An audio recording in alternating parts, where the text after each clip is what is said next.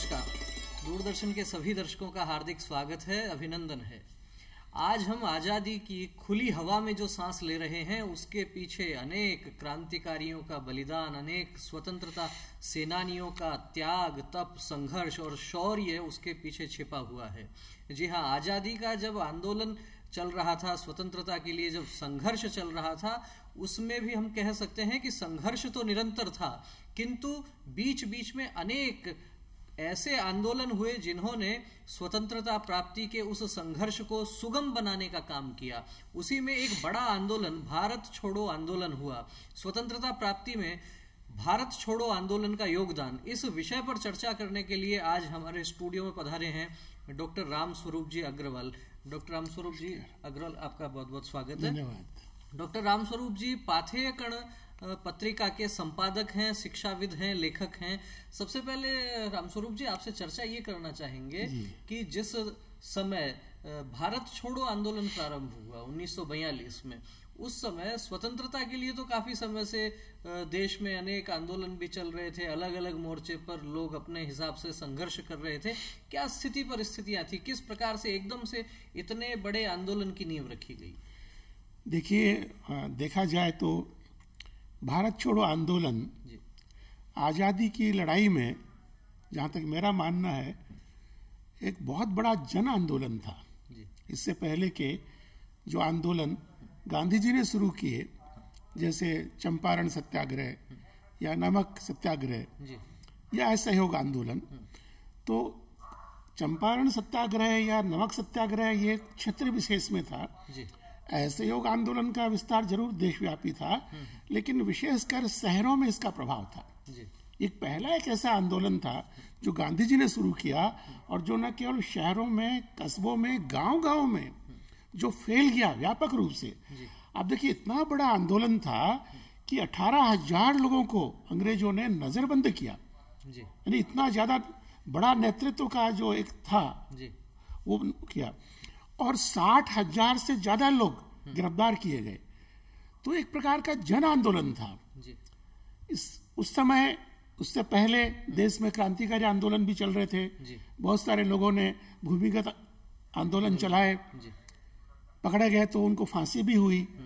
देश के बाहर भी बहुत सारे हमारे ऐसे देशभक्त थे, लाला हरदयाल, रास बिहारी बोस, सुभाष चंद्र बोस, जो लोग आजादी के लिए प्रयासरत थे।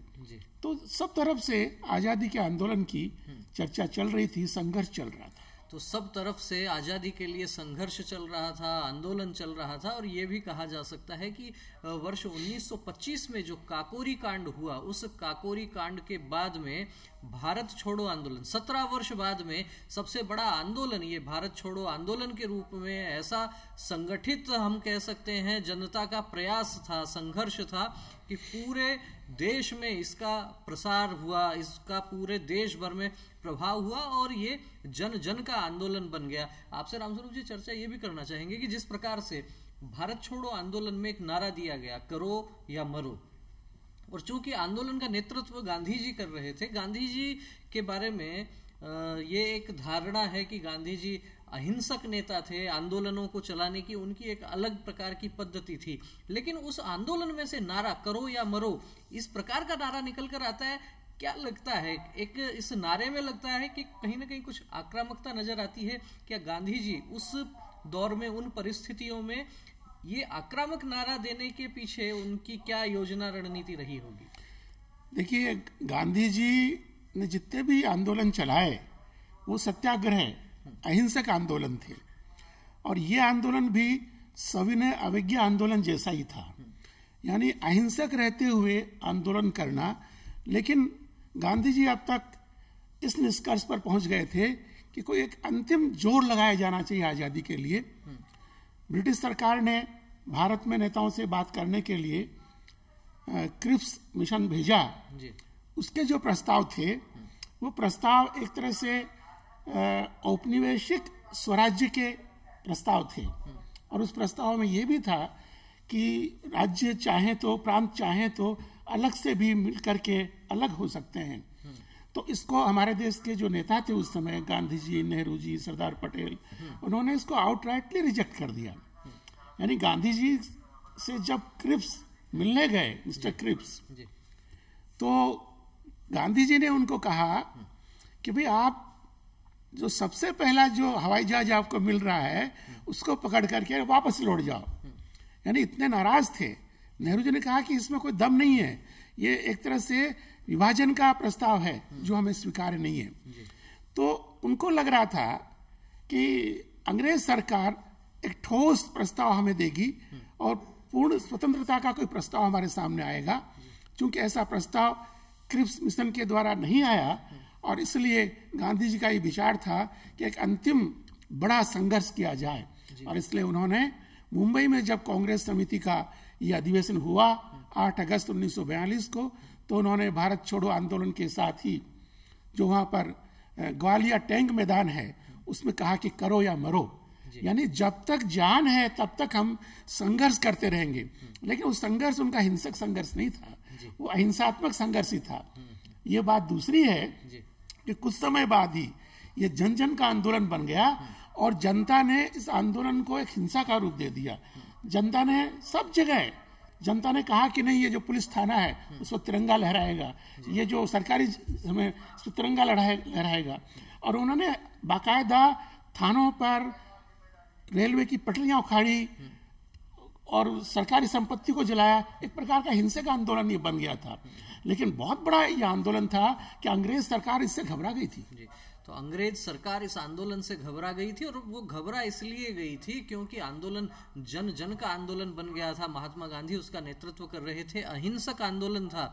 लेकिन जहां जहां जनता में उस समय अंग्रेजों को लेकर जिस प्रकार से रोष व्याप्त था, उस रोष का भी प्रकटीकरण अलग माध्यमों से अलग प्रकार से भी होने लगा था। और जिस प्रकार से इस चर्चा में ये विषय आया कि अंग्रेजों की तरफ से, ब्रिटेन की तरफ से क्रिप्स मिशन भारत में आया और वो जो प्रस्ताव लेकर आए थे उन प्रस्तावों को हमारे उस समय के जो नेतृत्व करने वाले लोग थे उन्होंने सिरे से खारिज कर दिया था। यहां तक कहा जाता है कि क्रिप्स मिशन की जो सिफारिशें थी उनको लेकर महात्मा गांधी ने ये कहा था कि इस मिशन के जो प्रस्ताव हैं वो एक प्रकार से पोस्ट डेटेड चेक के जैसे हैं।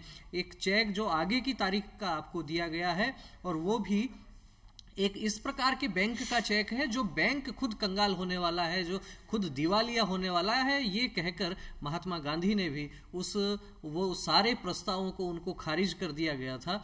जिस प्रकार से ये चर्चा में एक विषय आया रामस्वरूप जी की उस समय के हमारे नेताओं ने ये कहा कि ये क्रिप्स मिशन के जो प्रस्ताव हैं ये विभाजनकारी प्रस्ताव हैं, देश को तोड़ने वाले प्रस्ताव हैं। क्या लगता है अंग्रेजों के दिमाग में उसी समय से भारत के विभाजन की बातें आने लग गई थी?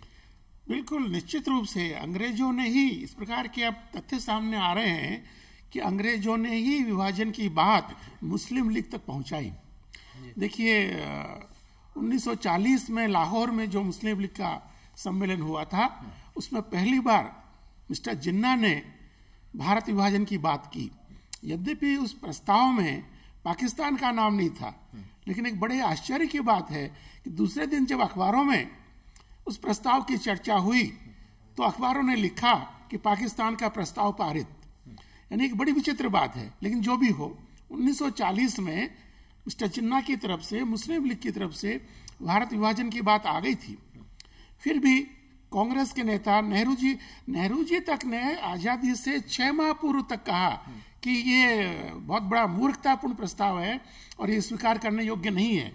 यानी सब लोग ये मान के चल रहे थे कि विभाजन नहीं होगा, लेकिन कुछ परिस्थितियां ऐसी बनी, कुछ और दूसरी बातें हैं, जबकि विभाजन स्वीकार कर लिया गया। जब सब लोग ये कह रहे थे कि विभाजन स्वीकार नहीं किया जाएगा और जो स्थिति परिस्थिति इस प्रकार की अब स्पष्ट भी होने लगी है कि अंग्रेजों का षड्यंत्र था। लेकिन जब भारत छोड़ो आंदोलन चल रहा था 1942, 43, 44, उस दौर की बात करते हैं, क्या लगता है मुस्लिम लीग उस समय क्या कर रही थी? जिन्ना की उस समय क्या भूमिका थी? क्या कहना चाहेंगे? देखिए, उस समय जो भारत छोड़ो आंदोलन जो चला उसमें मुस्लिम लीग शामिल नहीं थी, भारत की कम्युनिस्ट पार्टी भी शामिल नहीं थी। इनको छोड़ करके कांग्रेस ने ये आंदोलन चलाया। तो मिस्टर जिन्ना और मुस्लिम लीग उस समय अपना प्रभाव बढ़ाने में लगे हुए थे। और आप देखिए 1946 में जो चुनाव हुए, उन चुनाव में इससे पहले जो मुस्लिम क्षेत्र थे उनको एक तरह से आरक्षण दिया गया था, आरक्षित कर दिया गया था। वहां से मुसलमान कैंडिडेट ही खड़ा होगा। ऐसे सारे क्षेत्रों में मुस्लिम लीग जीती। क्योंकि सब लोग आंदोलन में लगे हुए थे और मुस्लिम लीग मुस्लिम क्षेत्रों में अपना प्रभाव जमाने में लगी हुई थी। और आंदोलन देखिए इतना व्यापक था और इतना ज्यादा था कि कई स्थानों पर जनता ने एक प्रकार से समानांतर सरकार स्थापित कर दी थी, सारा प्रशासन अपने हाथ में ले लिया था। एक बहुत बड़ी बात है ये। सितारा, मेदिनीपुर, ऐसे कई स्थान हैं जहां जनता की सरकार स्थापित हो गई थी। और आप देखिए कि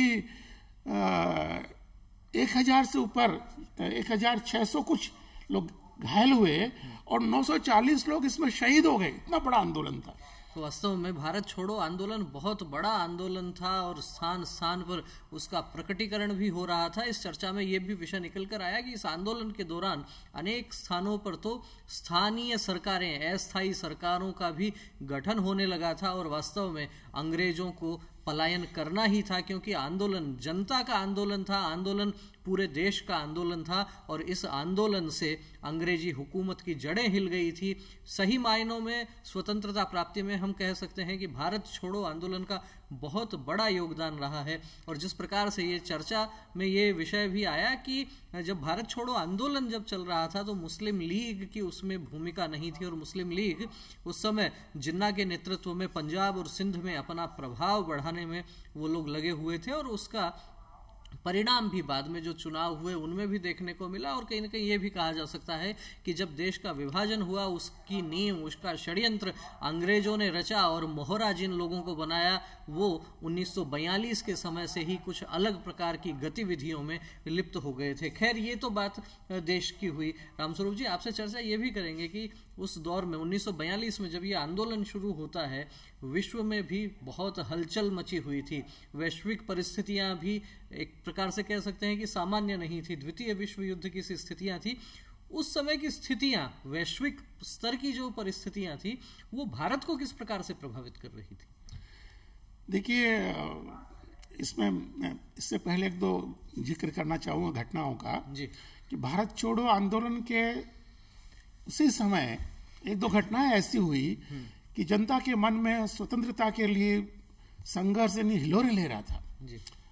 1919 में जलियांवाला बाग हुआ जी। और उसके 21 साल बाद 1940 में उधम सिंह ने लंदन पहुंच करके और उसका बदला लिया। डायर को मार के, जनरल डायर को तो नहीं मार सका क्योंकि उसकी मौत हो गई थी।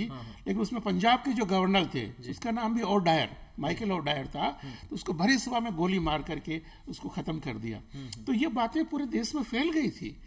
उसी समय सुभाष चंद्र बोस, यहाँ से उनको अंग्रेज सरकार ने नजरबंद कर लिया था, तो सुभाष चंद्र बोस फरार हो गए थे 1941 में और वो अफगानिस्तान होकर के, रूस होकर के जर्मनी पहुंचे, हिटलर से मिले। तो ये सारी बातें अखबार में आ रही थी। तो ये 1942 के पहले की ऐसी कुछ परिस्थितियां थी जिन्होंने जनता को संघर्ष के लिए प्रेरित किया। जहां तक आप कह रहे हैं वैश्विक परिदृश्य क्या था, उस समय द्वितीय विश्व युद्ध चल रहा था और द्वितीय विश्व युद्ध में ब्रिटिश गवर्नमेंट एक तरह से आर्थिक रूप से और सैन्य रूप से एक तरह से मतलब बहुत धरातल पर आ गई थी। बहुत नुकसान हुआ उनको और इसलिए उनका मन था कि आगे हम इंडिया का राज कर पाएंगे कि नहीं कर पाएंगे, ये बड़ा उनको लग रहा था। दूसरी बात, उन्हीं दिनों जो सरकार जब बदली तो लेबर पार्टी वहां सत्ता में आई और लेबर पार्टी का भारत के प्रति एक सॉफ्ट कॉर्नर था और वो चाहते थे, उनके कहीं ना कहीं था कि भारत को आजादी दे दी जाए। फिर सुभाष चंद्र बोस की सारी घटना घटती है, लाला हरदयाल, रास बिहारी बोस, उन्होंने विदेशों में एक ऐसा भारत की आजादी के लिए अलग जगह रखा था कि उस माहौल में भारत छोड़ो आंदोलन जो हुआ तो वो स्वाभाविक रूप से जन जन का आंदोलन बना। तो इस प्रकार से कह सकते हैं कि भारत छोड़ो आंदोलन 1942 में प्रारंभ हुआ होगा, लेकिन उसके पहले जिस प्रकार से काकोरी कांड की हमने चर्चा की, जिस प्रकार से जलियांवाला बाग की घटना का भी अभी उल्लेख हुआ, अनेक प्रकार की ऐसी छोटी बड़ी घटनाएं जो हुई उनका एक प्रकार से संगठित प्रभाव भारत छोड़ो आंदोलन में देखने को मिला। और जलियांवाला बाग की जो घटना हुई उसके बारे में तो किसी ने बहुत अच्छा लिखा है कि जलियांवाला बाग माए ने डायर जुलम करियो भारी, भरी सभा में गोलियां दागी, मर्या घना ही नर नारी, ऊधम सिंह जो जाए विलायत, वीरे गोली मारी। इस प्रकार की घटनाएं भी इस देश में हम कह सकते हैं कि एक बच्चे बच्चे की जबान पर वो जो आंदोलन था, उसकी जो घटनाएं थी, उनको गीतों के रूप में, कविताओं के रूप में भी वो देश के बच्चे बच्चे तक, हर एक युवा तक जब ये विचार पहुंचा, उसका प्रकटीकरण तब जाकर भारत छोड़ो आंदोलन के रूप में हुआ। और भारत छोड़ो आंदोलन जिस प्रकार से जनता का आंदोलन बना, हर एक गांव, शहर, ढाणी तक ये विचार जब पहुंचा भारत की आज़ादी का, भारत की स्वतंत्रता का, तो अंग्रेजी हुकूमत को निश्चित रूप से यहाँ से परेशान होकर, यहाँ से मात खाकर वापस लौटना पड़ा। जिस प्रकार से ये चर्चा आई, हमने वैश्विक परिदृश्य की भी चर्चा की। द्वितीय विश्व युद्ध चल रहा था, मित्र देशों की अलग स्थितियां थी, अलग जो उनके विरोध में जो राष्ट्र थे उनकी अलग स्थितियां थी, लेकिन सुभाष चंद्र बोस का भी एक बहुत बड़ा रोल उस समय कहा जाता है 42 के बाद में। जिस प्रकार से बातें आती हैं कि आज़ाद हिंद फौज की कमान उन्होंने संभाल ली थी, क्या कुछ स्थिति परिस्थिति चल रही थी उस समय सुभाष चंद्र बोस के मन में, जबकि देश में ये देश की आज़ादी के लिए भारत छोड़ो आंदोलन चल रहा था। देखिए, सुभाष चंद्र बोस हिटलर से मिले थे। उनका विचार था कि दुश्मन का दुश्मन अपना दोस्त हो सकता है जी। और इसलिए अंग्रेजों से जर्मनी और जापान मुकाबला कर रहे थे, तो उन्होंने सोचा इनकी क्यों ना सहायता ली जाए, और इसलिए वो जर्मनी गए, हिटलर से मिले।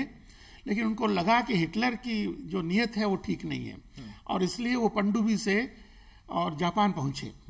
बहुत खतरनाक यात्रा थी उनकी। जापान में पहले से ही रासबिहारी बोस, उन्होंने कुछ काम कर रखा था, कुछ लोगों को एक सेना भी बना रखी थी, तो उन्होंने नेताजी सुभाष चंद्र बोस को सारी कमान सौंपी, नेतृत्व सौंपा। और नेताजी सुभाष चंद्र बोस ने जो भारतीय युद्धबंदी थे, उन युद्धबंदियों में देश की आज़ादी के लिए, स्वाभिमान के लिए एक भाव भरे उनके अंदर, और उनको मिलाकर के एक आज़ाद हिंद फौज बनाई। और लगभग कहते हैं कि 85,000 ऐसे सैनिक उनकी फौज में थे। और 21 अक्टूबर 1943 को उन्होंने बाकायदा एक अस्थायी सरकार बनाई 1943 में, और उसके वो प्रधानमंत्री, राष्ट्रपति बने। और आप देखिए कि 11 देशों ने उस सरकार को मान्यता दी थी। तो हमने तो पाथे में कि ये बात भी लोगों के सामने रखी थी कि भारत का पहला प्रधानमंत्री कौन, क्योंकि वो बाकायदा सरकार थी और 11 देशों द्वारा मान्य सरकार थी। और प्रधानमंत्री, भारत के प्रधानमंत्री के रूप में जो अंडमान निकोबार जो द्वीप है, वहां पर सुभाष चंद्र बोस ने बाकायदा झंडा फहराया, तिरंगा झंडा फहराया, और उसके नाम भी उन्होंने बदले। और जापानी सेना के साथ मिलकर के नेताजी ने उस समय जो मित्र राष्ट्रों की सेनाएं थी, जो ब्रिटिश सेनाएं थी, उन पर मणिपुर में, कोहिमा में हमला किया और कई क्षेत्रों को उन्होंने विजित कर लिया था। लेकिन परिस्थितियां कुछ ऐसी बदली कि उनका जो अभियान था वो आगे चल नहीं सका। तो इस चर्चा में ये भी एक बहुत ही नवीन जानकारी आई है, और अनेक लेखक भी इस विषय में लिख रहे हैं निरंतर कि देश के पहले प्रधानमंत्री की यदि बात होती है तो जवाहरलाल नेहरू का नाम तो आता ही है, लेकिन नाम सुभाष चंद्र बोस का भी आता है। और वो इसलिए आता है क्योंकि अक्टूबर 1943 में उन्होंने एक भारत सरकार की जो स्थापना की, उसे विश्व के 11 प्रमुख देशों ने मान्यता भी दे दी थी, तिरंगा फहराया गया था। ये भी एक विषय है। और इतिहास की जब खोज होती है, इतिहास के पन्ने पलटने का प्रयास जब बुद्धिजीवी लोग करते हैं, तो नई नई जानकारियां निकलती हैं, नए नए संकेत आते हैं। रामस्वरूप जी, जब ये भारत छोड़ो आंदोलन चल रहा था और जिस प्रकार से कहा गया कि मुंबई के अधिवेशन में कांग्रेस ने ये तय कर लिया कि भारत छोड़ो आंदोलन, ये इस नाम से एक बड़ा आंदोलन देश भर में चलाना है, कहा जाता है अगले दिन या अगले 2-3 दिन के अंदर कांग्रेस के जितने बड़े नेता थे उनकी सबकी गिरफ्तारियां हो गई। बहुत बड़े स्तर पर अंग्रेजों ने उस समय दमन चक्र चलाया, बहुत नेताओं को नजरबंद किया, गिरफ्तार किया, अलग अलग स्थानों पर रखा। इतने नेताओं की गिरफ्तारी के बावजूद भी ये जनता का आंदोलन किस प्रकार से बन गया, किन लोगों ने फिर नेतृत्व किया और किस प्रकार से ये आंदोलन देश भर में फैला? देखिए, 8 अगस्त को ये प्रस्ताव पारित हुआ। 9 अगस्त को सूर्योदय से पहले जितने भी कांग्रेस कार्यकारिणी के मेंबर्स थे वो सब गिरफ्तार कर लिए गए। गांधी जी को गिरफ्तार कर लिया गया, बहुत सारे नेताओं को, नेहरू जी को, सबको गिरफ्तार कर लिया गया। और एक बहुत बड़ा दमन चक्र अंग्रेजों ने चलाया। और जैसा कि मैंने बताया कि लगभग 1900 से ज्यादा लोग जो है शहीद हो गए और 1600 से ज्यादा लोग घायल हुए। और 18,000 अंग्रेजों को लगा कि इस आंदोलन का नेतृत्व कौन कर सकता है, ऐसे सारे लोगों को उन्होंने नजरबंद कर दिया। और ये संख्या कोई कम न थी, ऐसी संख्या थी 18,000 लोगों की। इसके बावजूद भी जनता में से ही नेतृत्व उभर करके आया और सामान्य लोग, कॉलेज के विद्यार्थियों ने अपना कॉलेज छोड़ दिया, लोगों ने अपनी नौकरियां छोड़ दी और आगे आगे तिरंगा लेकर के, और उन्होंने ये आंदोलन को आगे बढ़ाया। देखिए लगभग 2 साल ये आंदोलन चला और मैं समझता हूं कि इसके साथ साथ और भी कुछ ऐसी घटनाएं हुई जिन्होंने हमारे भारत की आजादी का मार्ग प्रशस्त किया। यद्यपि सुभाष चंद्र बोस का जो अभियान था वो पूरा नहीं हो सका, लेकिन अप्रत्यक्ष रूप से सुभाष चंद्र बोस के अभियान ने, जो मैं बताता हूं आपको, क्योंकि बड़ी संख्या में जो सुभाष चंद्र बोस की सेना में, जो आजाद हिंद फौज की सेना में जो सैनिक थे, उनको युद्धबंदी बना लिया था अंग्रेजों ने, और दिल्ली के लाल किले पर उनके ऊपर देशद्रोह का केस चलाया। तो जब देशद्रोह का केस चलाया भारत के शहीदों के ऊपर, तो ये बात भारत के लोगों को बहुत खटकी, उनको बहुत बुरा लगा। जो देश की आजादी के लिए संघर्ष कर रहे थे, उन पर देशद्रोह का अभियोग लगाया जा रहा है। तो इस बात ने आजादी के संघर्ष की बात जन जन तक फैला दी, और इसके कारण ये जो मुकदमा चला, इसके कारण मुंबई में 1900 मतलब उसी समय लगभग नेवी के 3,000 सैनिकों ने विद्रोह कर दिया। उन्होंने 20 जहाजों को अपने कब्जे में ले लिया, उन पर तोपें लगा दी थी अंग्रेजों के विरुद्ध। और जब उनकी बात पहुंची पूरे भारत में, तो जगह जगह हड़तालें, धरने, ये सब शुरू हो गए, और पुलिस में भी इसकी सुगबुगाहट होने लग गई थी। एक रामानंद तिवारी का नाम एक आता है, कांस्टेबल थे, उन्होंने भूमिगत रूप से पुलिस में विद्रोह की योजना भी बनाई। तो एक बहुत बड़ा ये भारत छोड़ो आंदोलन, नेताजी सुभाष चंद्र बोस का प्रयास, और वो जो उन पर मुकदमा चलाया गया देशद्रोह का, और नेवी का जो विद्रोह हुआ, उससे अंग्रेजों को लग गया था कि अब इस देश में वो रह नहीं सकते। तो वास्तव में अंग्रेजों को भी लग गया था कि वो अब इस देश में नहीं रह सकते, क्योंकि देश का हर एक व्यक्ति आजादी के लिए, स्वतंत्रता के लिए संघर्ष करने का मन में संकल्प कर चुका था। और जिस प्रकार से ये विषय आया इस चर्चा में कि जब जितने बड़े नेता उस समय आंदोलन के थे वो सब जेल में थे, वो सब नजरबंद थे, तो भी इस आंदोलन का नेतृत्व जनता में से नए नए लोगों ने आकर नेतृत्व किया। और उस दौर में ये भी कहा जाता है कि जयप्रकाश नारायण, राम मनोहर लोहिया, सुचेता कृपलानी, सरोजनी नायडू जैसे अनेक नेताओं को भी अवसर मिला सामने आकर नेतृत्व करने का, लोगों को संगठित करके अंग्रेजी हुकूमत के खिलाफ बिगुल बजाने का अवसर इन सब लोगों को मिला। और इन्होंने पूरे प्राणपण से जुट के देश की जनता को संगठित भी किया और देश को आज़ादी की ओर आगे भी लेकर गए। जिस प्रकार से ये आंदोलन चला, और स्वतंत्रता प्राप्ति की जब हम बात करते हैं रामस्वरूप जी, तो यूँ तो जब अंग्रेज हमारे देश में आए तभी से उनके खिलाफ संघर्ष निरंतर कहीं ना कहीं देश के किसी न किसी कोने में लगातार चलते रहे। लेकिन हम कहें कि व्यापक स्तर पर, संगठित स्तर पर पहले संघर्ष की बात होती है तो 1857 की बात आती है। उसके बाद में जाके और बहुत सारे आंदोलन हुए, अनेक क्रांतिकारियों के समूह भी बने, संगठन भी बने। क्या लगता है 1857 से लेके 1947 तक की ये जो कालखंड रहा, इसमें सबसे बड़ा आंदोलन क्या भारत छोड़ो आंदोलन ही रहा, या कोई और भी घटनाएं ऐसी रही जिन्होंने भी देश को उद्वेलित किया हो? देखिए, जहां तक आंदोलन तो बहुत हुए, क्रांतिकारियों ने भी बहुत सारे आंदोलन किए जी। उन्होंने अंग्रेजों के मन में एक भय पैदा कर दिया कि अब यहाँ का युवा जागृत हो गया है, और यदि यहाँ वो ज्यादा रहे तो न तो वो सुरक्षित हैं न उनका परिवार सुरक्षित है जी। तो एक भय पैदा करना, तो जो क्रांतिकारी आंदोलन चला, भगत सिंह, सुखदेव, चंद्रशेखर आजाद, भगवती चरण वर्मा, काकोरी कांड हुआ, मनमथ नाथ गुप्त हैं, तो इन्होंने एक भय पैदा किया। एक बहुत बड़ी बात थी, अंग्रेज अफसर घबराए हुए थे, न उनका परिवार सुरक्षित है न वो सुरक्षित है। लेकिन जो जन जन का जो आंदोलन था, ये मानना पड़ेगा कि भारत छोड़ो आंदोलन 1857 की जो क्रांति हुई थी आजादी की, उसके बाद सबसे बड़ा जो जन जन का आंदोलन, असहयोग आंदोलन का अपना एक महत्व है, चंपारण आंदोलन का, नमक सत्याग्रह का अपना एक महत्व है, लेकिन जन जन का आंदोलन जो है भारत छोड़ो आंदोलन था।